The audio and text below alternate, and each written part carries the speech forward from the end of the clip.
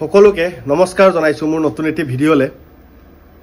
নগাঁৱৰ ঢিঙত যোৱাকালি যিটো ঘটনা হৈ গ'ল বৰ দুৰ্ভাগ্যজনক ঘটনা আৰু গৰিহণাৰ যোগ্য।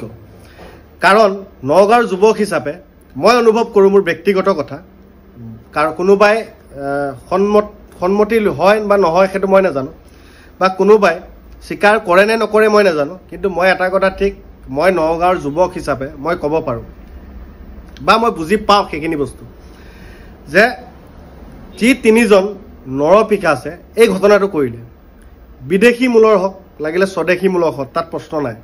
যোন ব্যক্তিয়ে নহওক অতি শীঘ্ৰে কৰায়ত্ব কৰি তেখেতসকলক এনকাউণ্টাৰ কৰিব লাগে। মুখ্যমন্ত্ৰী ডাঙৰীয়াক আমি দাবী জনাইছোঁ।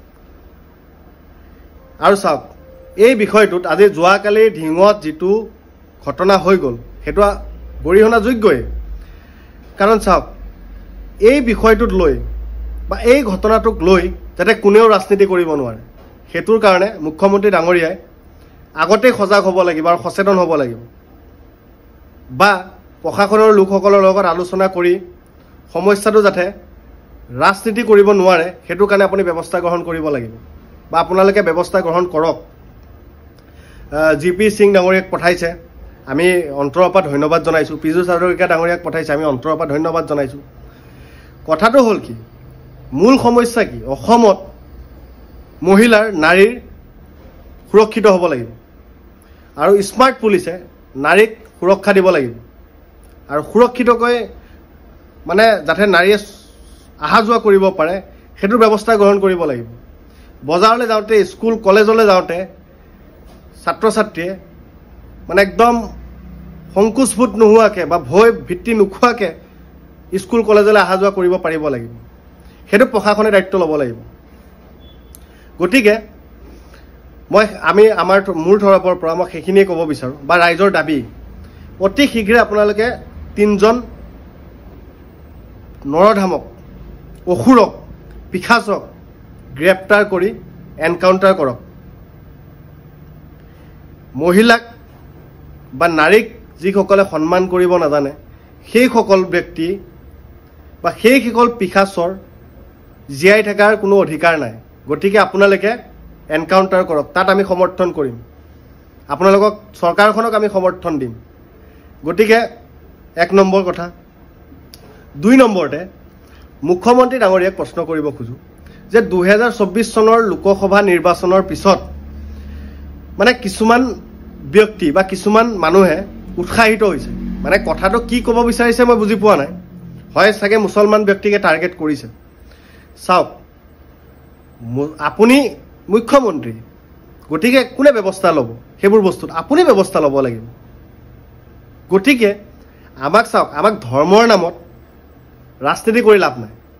লাগিলে দুখ যোনেই নকৰক, হিন্দুৱে কৰক, মুছলমান কৰক, শাস্তি আৰু এনেকুৱা শাস্তি দিয়ক যাতে মহিলাৰ গাত কোনোবাই হাত দিয়াৰ আগত 100 বাৰ ভাবে বা 100 বাৰ ভাবিবলৈ বাধ্য হয়। সেইটো কাৰণে আপোনালোকে এনকাউণ্টাৰ কৰক, তাত আমি সমৰ্থন কৰিম বুলি কৈছোঁ নগাঁৱৰ এজন যুৱক হিচাপে। গতিকে আপুনি মুখ্যমন্ত্ৰী, 2024 নিৰ্বাচনৰ পিছত, লোকসভা নিৰ্বাচনৰ পিছত কিছুমান ব্যক্তিয়ে উৎসাহিত হৈছে ফলাফলক লৈ। আৰে আপোনালোকৰে চৰকাৰ, বিজেপিৰে চৰকাৰ, আপুনি মুখ্যমন্ত্ৰী, গতিকে আপুনি সেইবোৰ দায়িত্ব আপোনাৰে, গতিকে আপুনি পালন কৰিব লাগিব। আপোনাক ৰাইজে বনাইছে, গতিকে আপুনি সেইখিনি সমাধান কৰিবই লাগিব। কথাটো হ'ল তেনেকুৱা।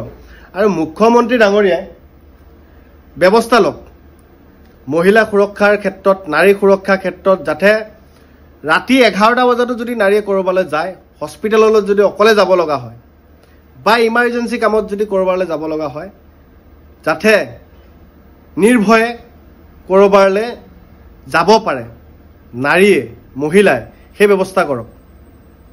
আৰক্ষী পুলিচে বা স্মাৰ্ট পুলিচে এনেকুৱা কিছুমান ব্যৱস্থা হাতত লওক যাতে নাৰীয়ে 24 ঘণ্টাই সুৰক্ষিত হৈ থাকিব পাৰে।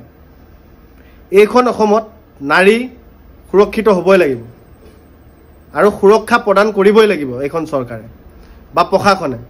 গতিকে মোৰ কথা ইমানেই। আকৌ কৈছোঁ মুখ্যমন্ত্ৰী ডাঙৰীয়াক, অসম চৰকাৰক, যে নগাঁও জিলাৰ ঢিঙৰ যিটো ঘটনা সেইটো গৰিহণাযোগ্য, কিন্তু এই ঘটনাৰ আঁৰত কিছুমান ব্যক্তিয়ে যাতে ৰাজনীতি কৰিব নোৱাৰে বা এই ঘটনাটোৰ হোৱাৰ পিছত যাতে কোনো ৰাজনীতিক দলে ৰাজনীতিকভাৱে সেই বিষয়টোক মানে পৰিচালিত নকৰে, সেই বস্তুটো দৃষ্টি নিবদ্ধ কৰি ৰাখিবৰ কাৰণে মুখ্যমন্ত্ৰী ডাঙৰীয়াক আৰু নগাঁও জিলা প্ৰশাসনক আমি দাবী জনাইছোঁ। গতিকে আপোনালোকে সেইখিনি কৰিব বুলি আমাৰ আশা আছে বা বিশ্বাস আছে। আৰু এটা কথা কৈছোঁ যে যিসকল বিদেশীয়ে, যিসকল লোকে এই ছাত্ৰীগৰাকীক দলবদ্ধ ধৰ্ষণ কৰি হত্যাৰ যিটো প্ৰচেষ্টা চলাইছে তাৰ লগত জড়িত বা তেখেতসকলৰ ওচৰৰ পাজৰৰ ব্যক্তিসকলক বুজাব বিচাৰিছোঁ যে আপোনালোকে যিটো চিন্তাধাৰা বা যিটো মানসিকতাৰে আপোনালোকে আগবাঢ়িছে, সেই মানসিকতাৰে কিন্তু আপোনালোকে আগবাঢ়িলে অনাগত দিনত আপোনালোকৰ বিপদ আহিব পাৰে। কাৰণ অসমীয়াই বহি নাথাকে, অসমৰ ভূমিপুত্ৰই কেতিয়াও ৰৈ নাথাকে। যদি দৰকাৰ হয় অকলেই যুদ্ধ কৰিবলৈ প্ৰস্তুত থাকিব। আৰু